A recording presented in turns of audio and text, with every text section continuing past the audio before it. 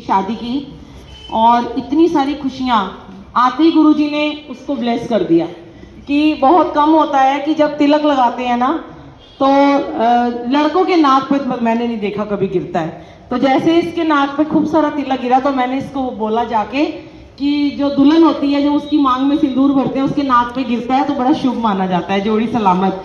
तेरे नाक पे तिलक गिर गया और तेरी जोड़ी और भी ज़्यादा सलामत। थैंक यू गुरुजी, अपनी प्रेजेंस दिखाते हो। और देखो कितने कितने कष्ट आते हैं जीवन में संगत जी, इतनी प्रॉब्लम्स आती हैं, उसके बावजूद हमें गुरुजी ने आनंद में रहना सिखाया है, खुश रहना सिखाया है।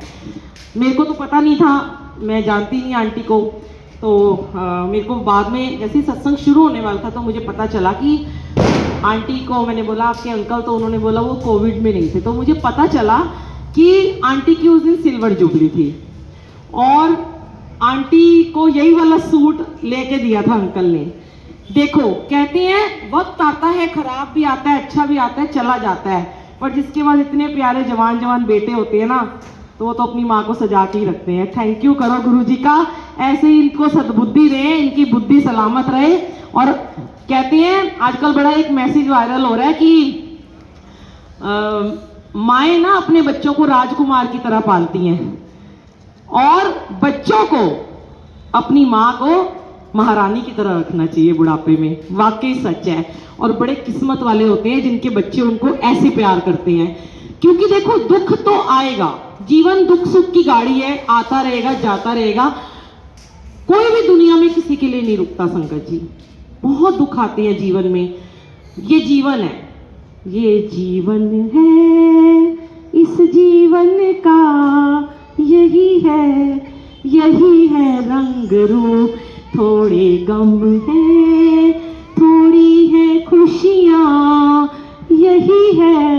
यही है छाँव धूप, ये जीवन है। तो जीवन तो जीना ही पड़ता है ना। बहुत मुश्किल होता है ऐसे टाइम में। आंटी इमोशनल भी हो रही थी, भावुक हो रही थी, बच्चे एकदम बोलने लगे नहीं नहीं, मैंने कहा ना ना ना, रोने दो, ये खुशी के आंसू हैं।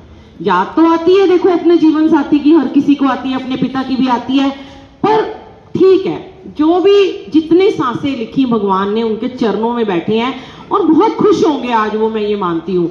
क्योंकि इतना बड़ा परिवार जब दुआएं देने आता है ना संगत जी, गुरु जी तो खुश होते ही हैं, परिवार के लोग बड़े खुश होते हैं। और जब अपना परिवार जब एक गुरु परिवार बन जाता है, क्योंकि देखो पहले क्या था, जब हमारे जीवन में गुरु जी नहीं थे ना तो हम लोग ना बड़े इफन बट में रहते थे, उसको खुश कर लें, इसको खुश कर लें, वो दरानी नाराज हो गई, वो नंद नाराज हो गई।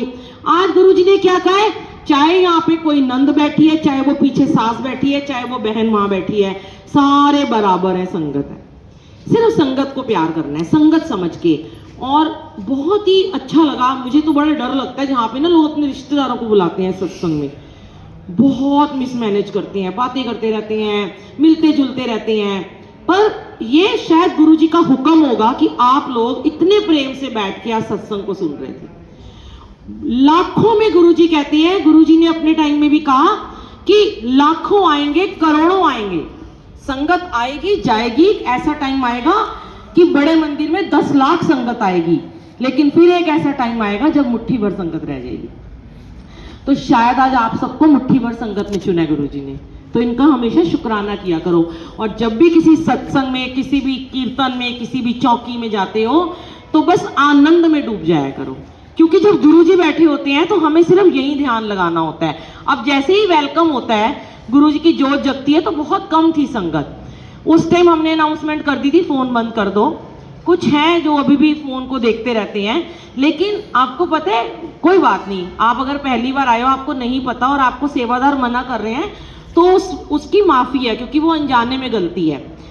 लेकिन जब पता चल गया, फिर अगली बार सत्संग में जाते हो और बार बार जाते हो तो ये गलती नहीं करनी होती है, क्योंकि गुरुजी को सबसे ज़्यादा डिस्टर्बेंस फ़ोन से होती है, पता है आपको। जैसे ही आप फ़ोन उठाते हो ना, सच में बता रही हूँ, आप ये मत समझो कि यहाँ गुरुजी नहीं बैठे हैं, गद्दी पहले ही दब गई थी एक ओंकार से पहले। हर सत्संग में गुरुजी महाराज आते हैं, अपने दर्शन देते हैं, हर एक की रूह को छू के जाते हैं।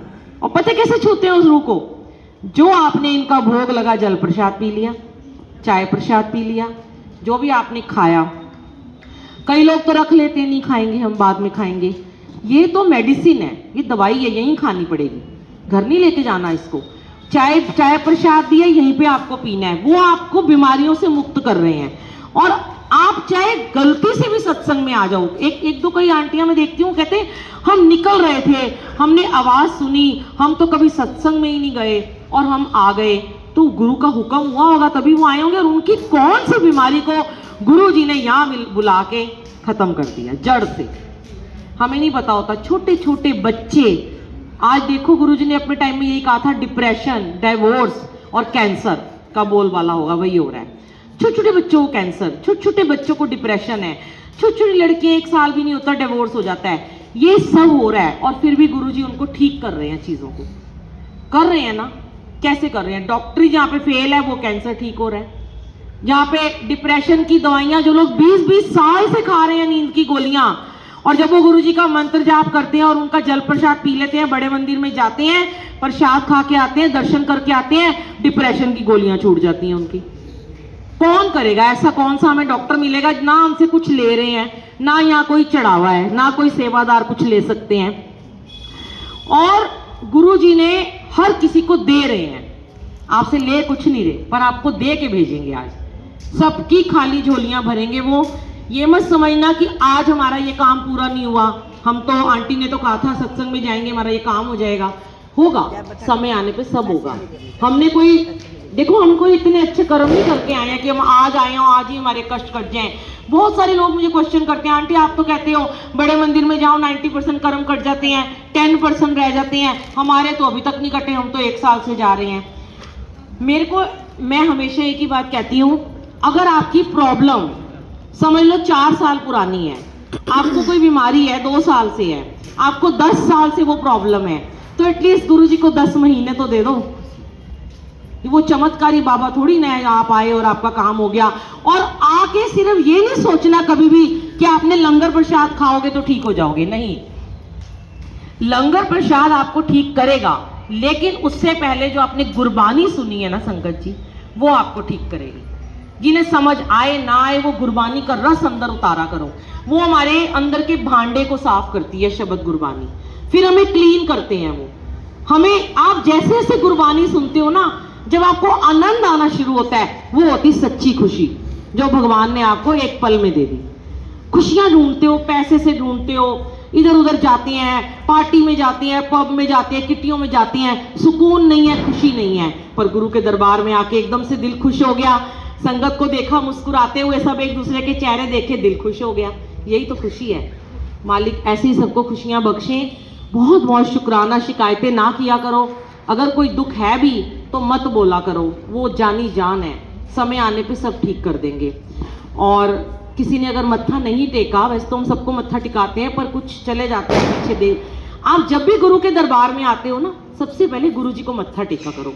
आपस में एक दूसरे के पैर नहीं छूने होते। जब गुरु जी बैठे हैं गद्दी पे, तो कोई यहाँ पे बड़ा छोटा नहीं है, सीधे गुरु जी को मत्था टेको और जहाँ सेवादार बिठाए वहां पे जाके बैठ जाओ, और बिल्कुल शांति से, जितना आपने आज शांति रखी है ऐसे ही हमेशा रखना।